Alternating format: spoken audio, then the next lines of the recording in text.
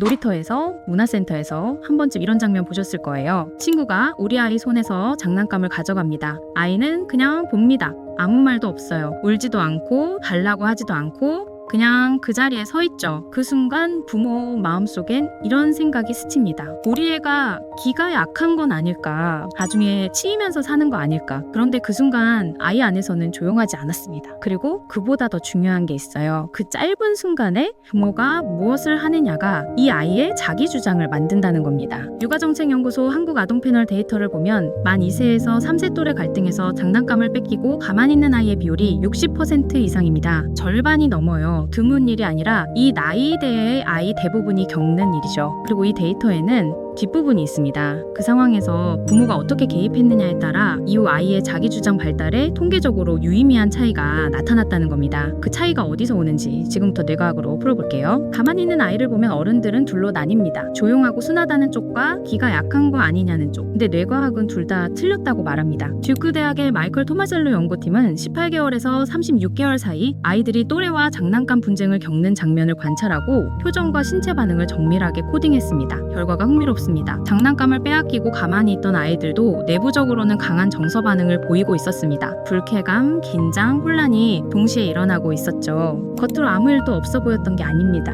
안에서 이미 끓고 있었는데 그걸 행동으로 꺼내는 회로가 아직 만들어지지 않은 겁니다. 이게 왜 그럴까요? 미네소타 대학의 필립 젤라조 연구팀이 만 3세 이전 아이들에게 규칙이 바뀌는 과제를 줬습니다. 아이는 바뀐 규칙을 말할 수 있어요. 머리로는 알아요. 그런데 행동은 예전 방식으로 합니다. 알면서도 못 바꾸는 거예요. 이게 의지 부족이 아닙니다. 전전두엽, 그러니까 행동을 억제하고 새로운 반응을 만들어내는 뇌 영역이 이 시기에 아직 완성되지 않았기 때문입니다. 장난감을 뺏겼을 때 달라고 말하거나 돌려받으려면 감정을 인식하고 그 감정에 이름을 붙이고 그걸 행동으로 연결하는 순서가 뇌에서 빠르게 일어나야 합니다. 그 회로가 지금 한창 만들어지는 중인 겁니다. 기가 약한 게 아닙니다. 뇌가 지금 그 작업을 하고 있는 거예요. 그렇다면 지금 그 순간 이 아이 옆에 부모가 있다는 게 무슨 의미일까요? UC 버클리의 W 토마스 보이스 연구팀이 아이들의 기질을 환경 민감도 기준으로 분류했습니다. 자극에 민감하게 반응하는 아이를 난초형, 웬만한 환경에서 무난하게 자라는 아이를 민들레형이라고 부릅니다. 또래 갈등 앞에서 가만히 서 있는 아이들 중 상당수가 이 난초형 기질에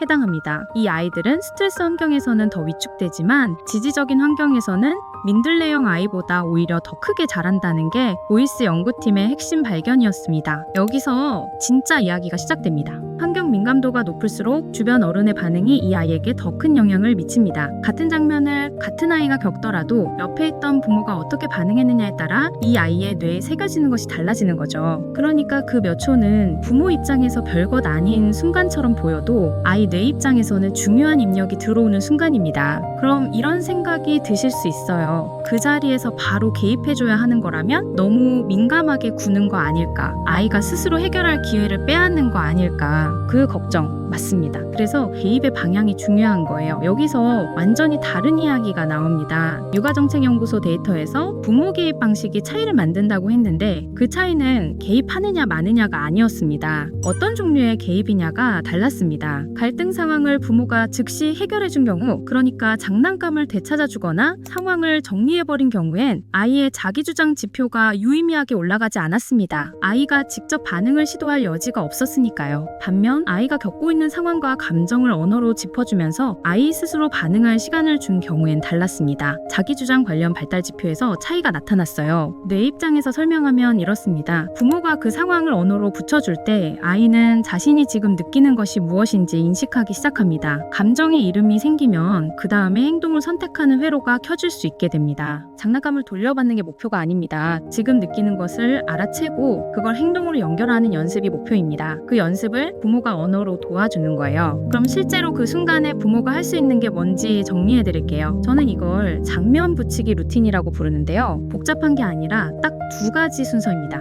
우선 일어난 일을 아이 대신 말로 짚어줍니다. 친구가 가져갔구나 하는 식으로 상황 자체를 그대로 언어로 내려놓는 거예요. 아이가 이미 보고 있는 장면을 부모가 말로 함께 확인해 주는 겁니다. 이 순간 아이 뇌에서는 시각 정보와 언어가 연결되기 시작합니다. 그 다음 아이 감정에 이름을 붙여줍니다. 속상할 수 있어, 이상하게 느껴질 수 있어 하는 식으로요. 맞다 틀리다를 판단하는 게 아니라 지금 아이 안에 있을 법한 감정을 그냥 이름 붙여주는 겁니다. 그리고 나서 기다립니다. 아이가 어떤 반응을 할지 말지 그 여지를 남겨두는 거예요. 부모가 먼저 해결하지 않고요. 거창한 게 아닙니다. 그 상황을 아이와 함께 언어로 통과하는 것만으로도 뇌는 그 경험을 다르게 기록합니다. 그리고 이게 한 번에 되는 게 아니에요. 이 나이대의 아이 뇌는 같은 경험이 반복될 때 회로가 단단해집니다. 오늘 한 번, 내일 한 번 그게 쌓이는 거예요. 잘못 키우고 있는 게 아니에요. 아이가 가만히 있는 그 순간 부모가 옆에서 함께 그 장면을 언어로 통과해 줬다면 그게 이미 아이 뇌에 들어간 겁니다. 오늘 가장 마음에 걸렸던 순간 댓글로 남겨주세요. 우리 아이가 그럴 때 어떤 표정이었는지, 어떻게 해줬는지, 어떻게 해야 할지 몰랐는지, 어떤 이야기든 뇌과학으로 같이 풀어볼게요. 구독해두시면 나중에 또 꺼내보실 수 있어요. 이어지는 편에서는 친구 장난감을 반대로 뺏어오는 아이, 그 행동이 공격성이 아니라 뇌에서 무엇을 뜻하는지 다뤄볼게요. 오늘도 부모 충전소에서 충전하고 가세요.